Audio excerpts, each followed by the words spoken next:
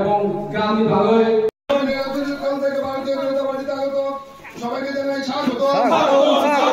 রাজনীতি দল থেকে ভারতীয় জনতা পার্টিতে যোগদানকারী সকলকে জানাই স্বাগত। জানাই লামসাগো জানাই লামসাগো। বন্দে মাতরম, বন্দে মাতরম, ভারত মাতা কি, ভারত মাতা কি, ভারতীয় জনতা পার্টি ছিল।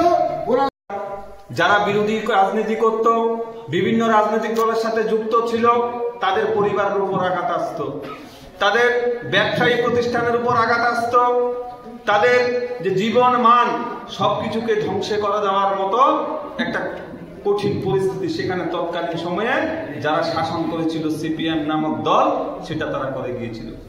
আজকে এই রাজ্যে 2018 সালের পর যখন বিপ্লব কুমার দেবের নেতৃত্বে আমাদের রাজ্যে সরকার প্রতিষ্ঠিত হয়, তখন আমরা কি দেখি?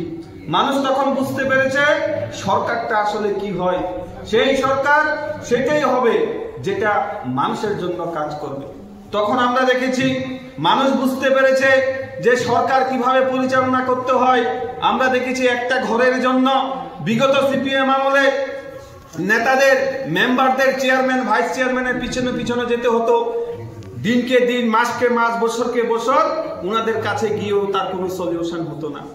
আমরা দেখেছি 2018 সালের পর বলতে গেলে মেলার মতো প্রত্যেকটা বাড়ি ঘরে সেদিন যাদের প্রয়োজন ছিল প্রধানমন্ত্রীর আবাস যোজনার ঘর আমরা পেয়েছি। কোথাও কোনো দলতন্ত্র ছিল না, কোনো সন্ত্রাস ছিল না।